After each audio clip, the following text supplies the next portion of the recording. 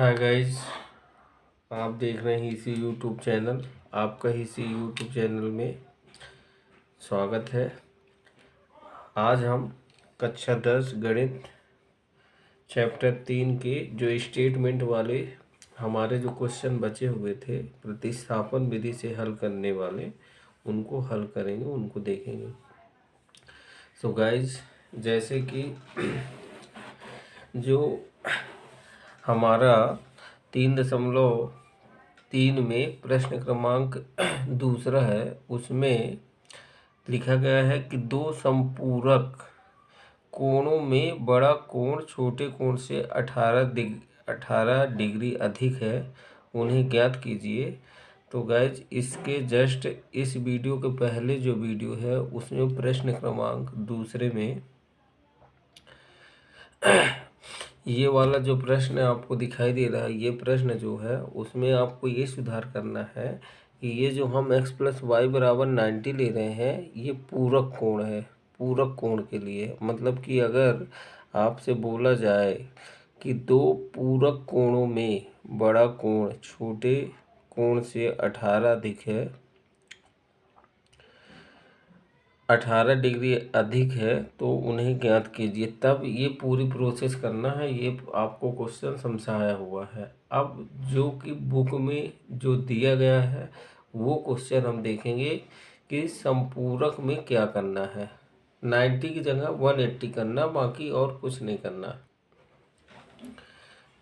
So guys, जो कि आपके बुक में प्रश्न क्रमांक दूसरा दिया गया है, सेम उसी तरीके से उसे कैसे हल करना है वो हम देखेंगे। उसमें बोला गया है कि दो संपूरक कोणों में बड़ा कोण यदि छोटे कोण से 18 डिग्री अधिक है तो उन्हें ज्ञात कीजिए। तो हम मान लेंगे कि माना बड़ा कोण x है तथा छोटा कोण y है। अब चूंकि इसमें बोला गया कि दोनों जो है तो संपूरक कोण है, तो हम लिख देंगे, हम बोल देंगे कि दोनों कोण एक दूसरे के संपूरक हैं, अतः दोनों का योग 180 के बराबर होगा।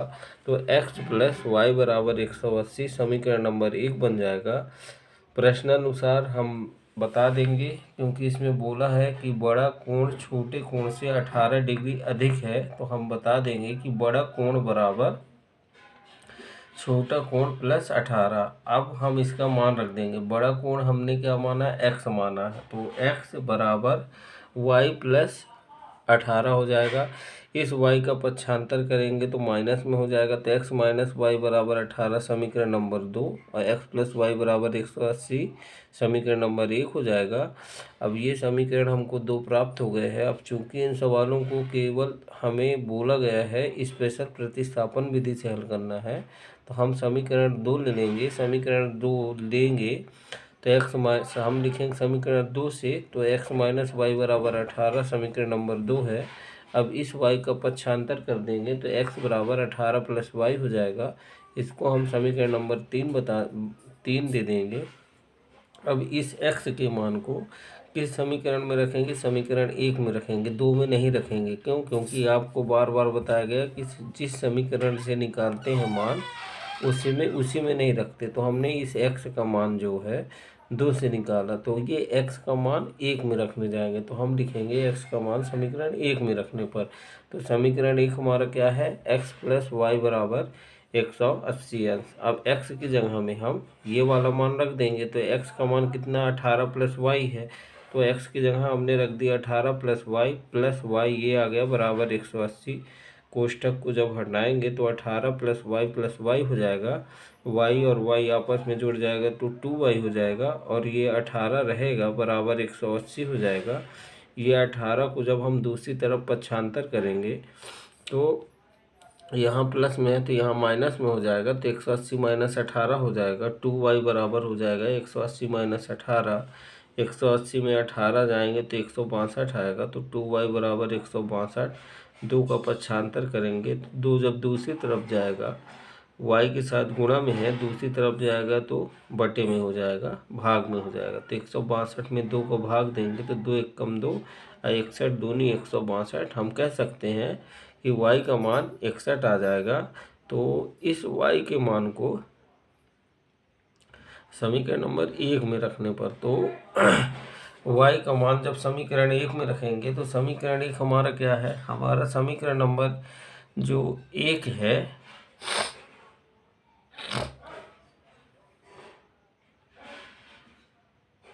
सॉरी गाइस, हम इस y के मान को समीकरण नंबर 3 में रखेंगे। प्रतिस्थापन विधि से हल कर रहे हैं तो हमारा जो समीकरण नंबर 3 है, तो हम इस y के मान को समीकरण नंबर 3 में रखने पर तो हमारा समीकरण नंबर 3 क्या है, x बराबर 18 प्लस वाई। तो x बराबर 18 प्लस वाई, तो x बराबर 18, अब y की जगह y का मान 61 आया तो 61 रख देंगे तो 18 61 79 हो जाएगा। तो इस तरीके से x का मान 79 आ जाएगा, y का मान 61 आ जाएगा। तो हम लास्ट में बता देंगे, अतः बड़ा कोण 79 डिग्री। डिग्री का मतलब इसके ऊपर एक पॉइंट लगा देंगे, बिंदु लगा देंगे। छोटा कोण कितना, 61 डिग्री। कोण को हमेशा किस में मापते हैं, डिग्री में नापते हैं। हिंदी से डिग्री को अंश कहते हैं। जैसे लंबाई को मीटर से नापते हैं, उसी तरीके से कोण को डिग्री से नापा जाता है। फिर अब हम इसका सो गाइस, अब हम प्रश्न क्रमांक 5 देखेंगे, जो कि परीक्षा की दृष्टि से महत्वपूर्ण है। इसमें बोला गया है, यदि किसी भिन्न के अंश में और हर में, भिन्न बराबर क्या होता, मैंने आपको बताया भिन्न बराबर अंश बटे हर होता है। तो प्रश्न में बोला जा रहा है कि यदि हम भिन्न के अंश और हर में ये दोनों में 2 जोड़ दें तो वह भिन्न जो है 9/11 हो जाती है। फिर दोबारा बोला है कि यदि अंश और हर में दोनों में 3 जोड़ दें तो वह या कि भिन्न 5/6 हो जाती है। तो हमें वह भिन्न ज्ञात करना है, या कह सकते हैं कि हमें अंश और हर ज्ञात करना है। तो हम मान लेंगे कि माना भिन्न का अंश x है तथा भिन्न का हर y है। प्रश्नानुसार पहली बार बोला प्रश्न में शुरुआत में कि दोनों में 2 जोड़ेंगे तो 9/11 हो जाएगा। तो हमने प्रश्नानुसार लिखा और x + 2/y + 2 बराबर 9/11 कर दिया, क्योंकि भिन्न क्या होगी, x/y होगी।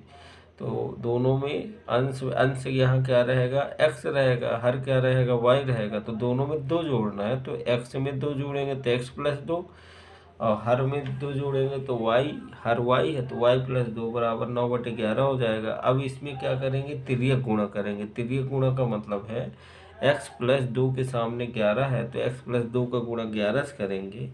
y + 2 के सामने 9 है तो y + 2 का गुणा 9 से करेंगे, बराबर का चिन्ह लगा के। तो हम 11 गुणे x + 2 बराबर 9 गुणे y + 2 कर देंगे। अब 11 का गुणा x से कराएंगे तो 11x आएगा, और 11 का गुणा 2 से कराएंगे तो 11 दूनी 22 हो जाएगा। प्लस का चिन्ह लगा है तो प्लस का आएगा। इसी तरीके से दाएं साइड भी यही करेंगे, तो 9 का y से गुणा कराएंगे तो 9y हो जाएगा। फिर +2 से गुणा कराएंगे तो 9 दूनी 18, प्लस का 18 हो जाएगा। अब चूंकि हमको समीकरण बनाना है तो x और y के पद एक तरफ कर लेंगे, तो 11x पहले से है, 9y को इस साइड ले आएंगे तो 9y जो है वो दाएं साइड में, राइट साइड में प्लस में है, तो जब लेफ्ट साइड में आएगा तो माइनस में हो जाएगा। तो हम कह सकते हैं 11x -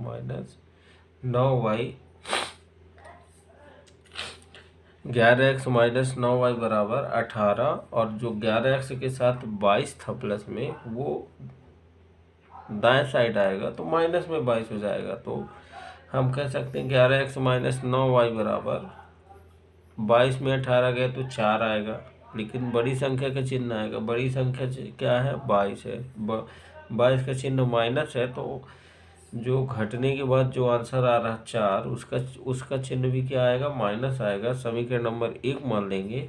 फिर पुनः प्रश्न अनुसार, क्योंकि प्रश्न में दोबारा बोला है कि यदि हम अंश और हर में 3 को जोड़ दें तो भिन्न हमारी 5/6 हो जाएगी।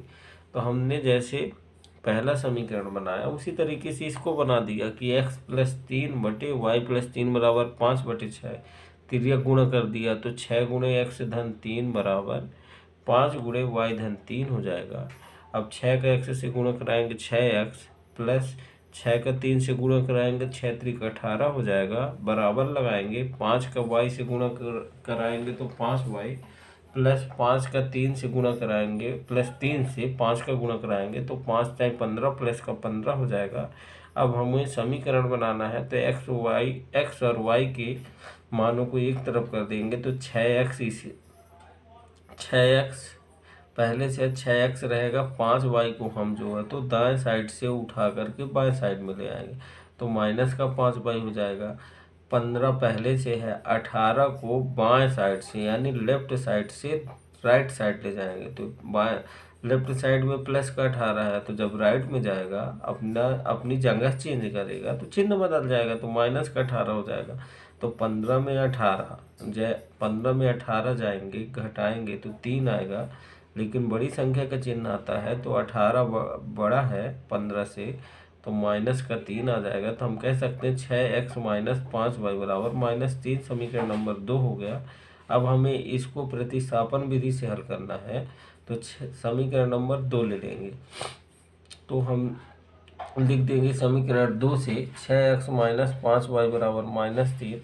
अब 5y को दूसरी तरफ भेज देंगे तो चूँकि लेफ्ट साइड में 5y माइनस में है तो जब अपना स्थान चेंज करेगा तो चिन्ह बदल देगा तो प्लस का 5y और माइनस का 3 पहले से है, क्योंकि 3 का स्थान चेंज नहीं है, जिस स्थान में था अगर 3 दाएं तरफ था तो वो अभी भी दाएं तरफ है, तो इसलिए 5y का बस चिन्ह चेंज होगा। तो हम कहेंगे, हम लिख सकते हैं कि 6x बराबर 5y माइनस 3।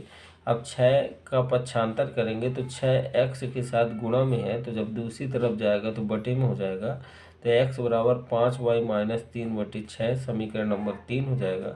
अब इस x का मान समीकरण नंबर 1 में रखेंगे तो हम लिखेंगे x का मान समीकरण 1 में रखने पर समीकरण 1 हमारा 11x माइनस 9y बराबर -4 है।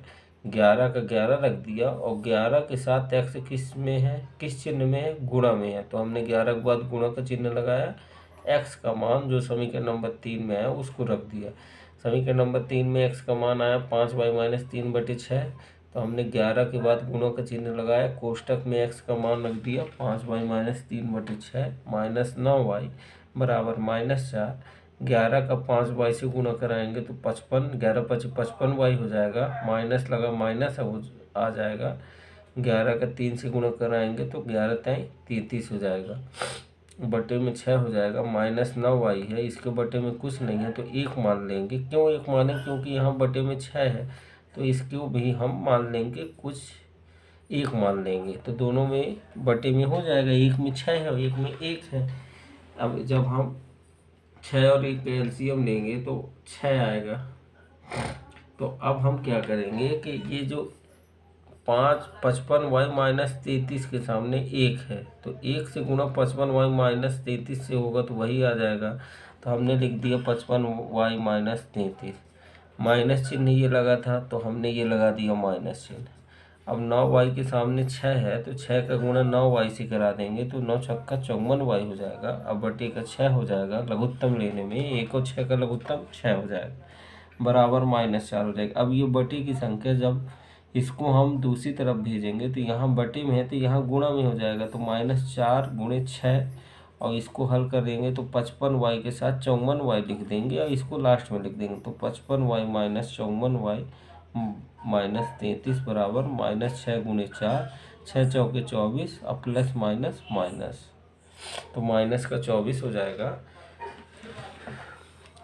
और 55y में 54y घटेगा तो 1y बचेगा और माइनस का 33 रहेगा। अगली लाइन में 33 का पक्षांतर कर देंगे, यहाँ माइनस में है यहाँ पे प्लस में हो जाएगा तो y बराबर 33 माइनस 24, 33 में 24 घटाएंगे 9 आ जाएगा तो y का मान 9 आ जाएगा। अब इस y के मान को समीकरण नंबर 3 में रख देंगे तो हमने लिखा y का मान समीकरण नंबर 3 में रखने पर, क्यों, क्योंकि समीकरण 3 में जब y का मान रख देंगे तो x का मान आ जाएगा। तो y का मान समीकरण नंबर 3 में रखने पर तो हम लिख लेंगे समीकरण नंबर 3 है क्या, तो x बराबर 5y माइनस 3/6 समीकरण नंबर 3 है। अब y की जगह y का मान रख देंगे तो 5 गुणे y की जगह 9 रख दिया, क्यों, क्योंकि y का मान 9 आया, -3/6, 5 नहीं है 45, -3/6, 45 में 3 गया 42 और बटे में 6, 6 कम 6, 6 7 42, x बराबर 7 आ जाएगा, y बराबर 9 आ जाएगा। मतलब आप लास्ट में लिख देंगे अतः अंश बराबर 7 तथा दूसरी लाइन में लिख देंगे तथा हर बराबर 9। इस तरीके से हमें x और y के मान पता चल जाएंगे। अब हम इसका नेक्स्ट प्रश्न देखेंगे। तो गाइस प्रश्न क्रमांक 6वां, वैसे ज़्यादातर आपके जो बोर्ड एग्ज़ाम है 10वीं का, उसमें ज़्यादातर इस चैप्टर से या तो आयु वाला आता है या तो भिन्न वाला आएगा, या कि फिर दो संख्याओं का योग वाला, ये और या कि जैसे कि बल्ले वाला है, गेंद वाला है। केवल इन्हीं प्रश्नों में से ही आएगा, तो हम इतने ही प्रश्न करेंगे। तो इसमें जैसे कि बोला कि 5 वर्ष बाद जैकब की आयु उसके पुत्र की आयु की 3 गुनी हो जाती है। कितने वर्ष बाद? 5 वर्ष बाद। फिर बोला 5 वर्ष पूर्व जैकब की आयु उसके पुत्र की आयु की 7 गुनी थी, तो उनकी वर्तमान आयु ज्ञात कीजिए। तो मैंने आपको इस आयु वाले सवालों को हल करने का सिंपल सा मैंने आपको बताया है कि आप पहले ही सब कुछ मान लेंगे। मानेंगे क्या? सबसे पहले वो मानेंगे जो हमें पूछा जाता है। लास्ट में पूछा कैसे पता चलेगा क्या पूछा जाता है? वो हमें प्रश्न के लास्ट में दिखाई देगा। प्रश्न के लास्ट में बोला जैकब और उसके पुत्र की वर्तमान आयु ज्ञात करना, तो हमें जो है दोनों की वर्तमान आयु मानना पड़ेगा। तो पहले पिता की मानेंगे, बाद में उसके पुत्र की मानेंगे, क्योंकि पहले तो पिता आएगा, बाद में पुत्र आएगा। तो हमने मानेंगे कि माना जैकब की आयु बराबर x वर्ष, उसके पुत्र फिर मानेंगे तथा उसके पुत्र की आयु बराबर y वर्ष। इसके बाद हम सब कुछ मान लेंगे, जैसे कि एक बार 5 वर्ष बाद बोला और एक बार हमें 5 वर्ष पूर्व बोला, तो हम पहले ही सब मान लेंगे, इससे हमें आसानी हो जाएगी। तो ये तो दोनों x और y जो है तो वर्तमान हो गई। अब 5 वर्ष बाद जैकब की आयु 5 जोड़ दो जैकब की वर्तमान आयु में। जैकब की वर्तमान आयु x थी, तो 5 वर्ष बाद x + 5। उसके पुत्र की आयु 5 वर्ष बाद y + 5। फिर 5 वर्ष पूर्व, पूर्व का मतलब पहले, अब बाद का मतलब पश्चात। तो पूर्व का हो जाएगा कि 5 वर्ष पूर्व जैकब की आयु 5 घटा देंगे, पहले है तो x वर्तमान में -5 कर देंगे, तो x - 5। उसके पुत्र की 5 वर्ष पूर्व आयु y - 5। अब प्रश्नानुसार में मैंने आपको इसका समीकरण कैसे बनाएंगे, मतलब कि किस में 3 गुना करना, किस में 2 गुना करना, किस में 7 गुना करना है। तो मैंने आपको 7 ट्रिक बताई है कि आपको हमेशा रिश्ते में जो छोटा होगा उसी में गुना करना है, क्योंकि आपके 10वीं में ऐसे ही जो है तो प्रश्न बनाए जाते हैं।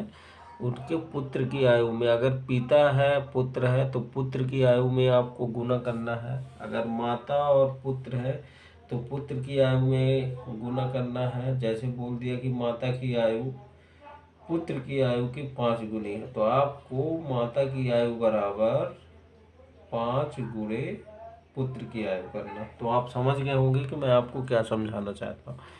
बोला गया 5 वर्ष बाद जैकब की आयु उसके पुत्र की आयु की कितनी गुनी? 3 गुनी। तो बस कुछ नहीं, आपको 5 वर्ष बाद देखना जैकब की आयु x + 5 बराबर 3 गुणे उसके पुत्र की आयु। अगर 5 वर्ष बाद पिता की लेंगे तो पुत्र की भी 5 वर्ष बाद ही लेंगे और 3 का गुणा करा देंगे। अब इसको हम हल करेंगे, 3 का गुणा कराएंगे, ये तो x + 5 बराबर 3y + 3 × 5 = 15। अब y को इधर ले आएंगे, 3y को, तो x - 3y और 5 को इधर ले आएंगे तो माइनस का 5 हो जाएगा और 15 पहले 6, 15 5 के 10 हो जाएगा, x - 3y।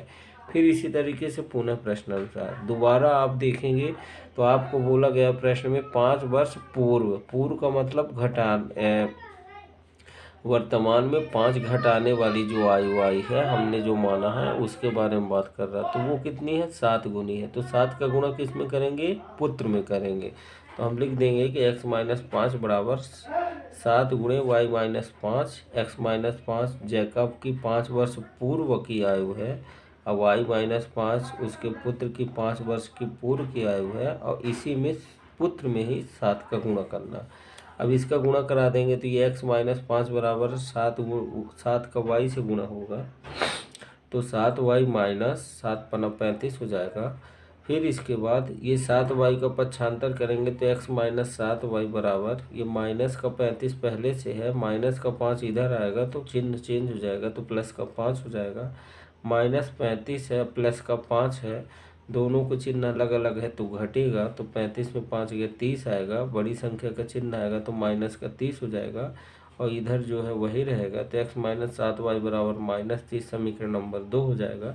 अब चूंकि इन सवालों में बोला गया है कि आपको प्रतिस्थापन विधि से हल करना है, तो अगर आपको ये लास्ट प्रश्न में आपको मैं बता दूं कि अगर आपको स्पेशल बोले कि प्रतिस्थापन विधि से हल करो कि विलोपन विधि से हल करो, तो आपको जैसा बोले वैसे करना। अगर उसमें ये नहीं बोला गया कि आप स्पेशल किसी विधि से हल करना, तो आपको जो विधि इजी लगे, सरल लगे, आप उसी विधि से हल कर सकते हैं। इस बात का ध्यान जरूर आपको देना है, क्योंकि थोड़ी सा अगर आपने ध्यान नहीं दिया तो आप करके आएंगे और आपके अंकों का नुकसान हो जाएगा।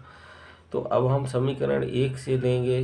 समीकरण 1 है हमारा x माइनस 3y बराबर 10, 3y का पक्षांतर कर देंगे तो x बराबर 10 और प्लस का 3y, समीकरण नंबर हो जाएगा 3। अब इस x के मान को समीकरण नंबर 2 में रखने पर, तो हमने लिखा है x का मान समीकरण नंबर 2 में रखने पर हमारा समीकरण नंबर 2 x माइनस 7y बराबर माइनस 3 है। अब y की जगह x की जगह हमें x का मान रखना है 3 से, तो x की जगह में हमने समीकरण 3 का मान रख दिया 10 प्लस 3y माइनस 7y बराबर माइनस 30। जब कोष्टक को हटाएंगे तो हमारा हो जाएगा 10 प्लस 3y माइनस 7y बराबर माइनस 30।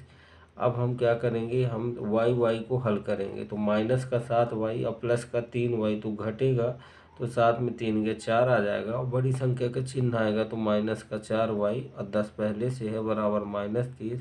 अब इस 10 का पक्षांतर कर देंगे तो यहाँ 10 प्लस में है, जब दूसरी तरफ आएगा तो माइनस में हो जाएगा, तो माइनस 30 और माइनस 10 हो जाएगा।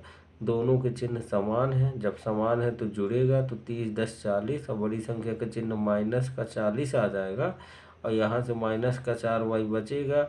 अब माइनस चिन्ह दोनों तरफ आ रहे हैं तो कट कर देंगे, माइनस से माइनस कट जाएगा तो हमारा बचेगा 4y बराबर 40 बचेगा। अब 4 का पक्षांतर करेंगे तो y बराबर 40/4 हो जाएगा, तो 4 एकम 4, 4 दाम 40, तो y बराबर 10 हो जाएगा।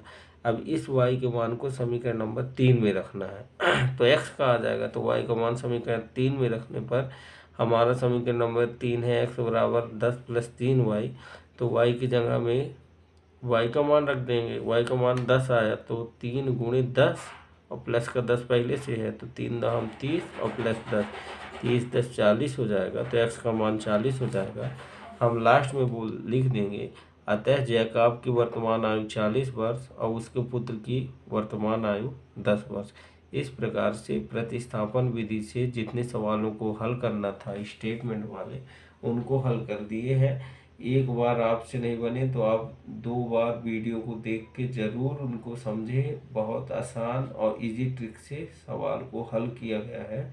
अब आपके जो विलोपन विधि से 1-2 सवाल हैं जो पेपर की दृष्टि से महत्वपूर्ण है, उनको बताएंगे। इस तरीके से आपके चैप्टर 3 जो है तो पूरा फिनिश हो जाएगा। फिर हम अगली वीडियो नेक्स्ट चैप्टर के बारे में बनाएंगे।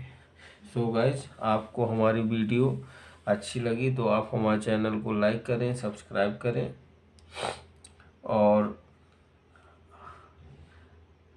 सभी हमारे चैनल को शेयर करें ताकि ज़्यादा से ज़्यादा लोग हमारी वीडियो देख सकें। कुछ दिन बाद मैं जो है तो आपको ओल्ड जो क्वेश्चन पेपर हैं 6-7 वर्ष के, उनको मैं भी सॉल्व करके बताऊंगा। So guys, thank you.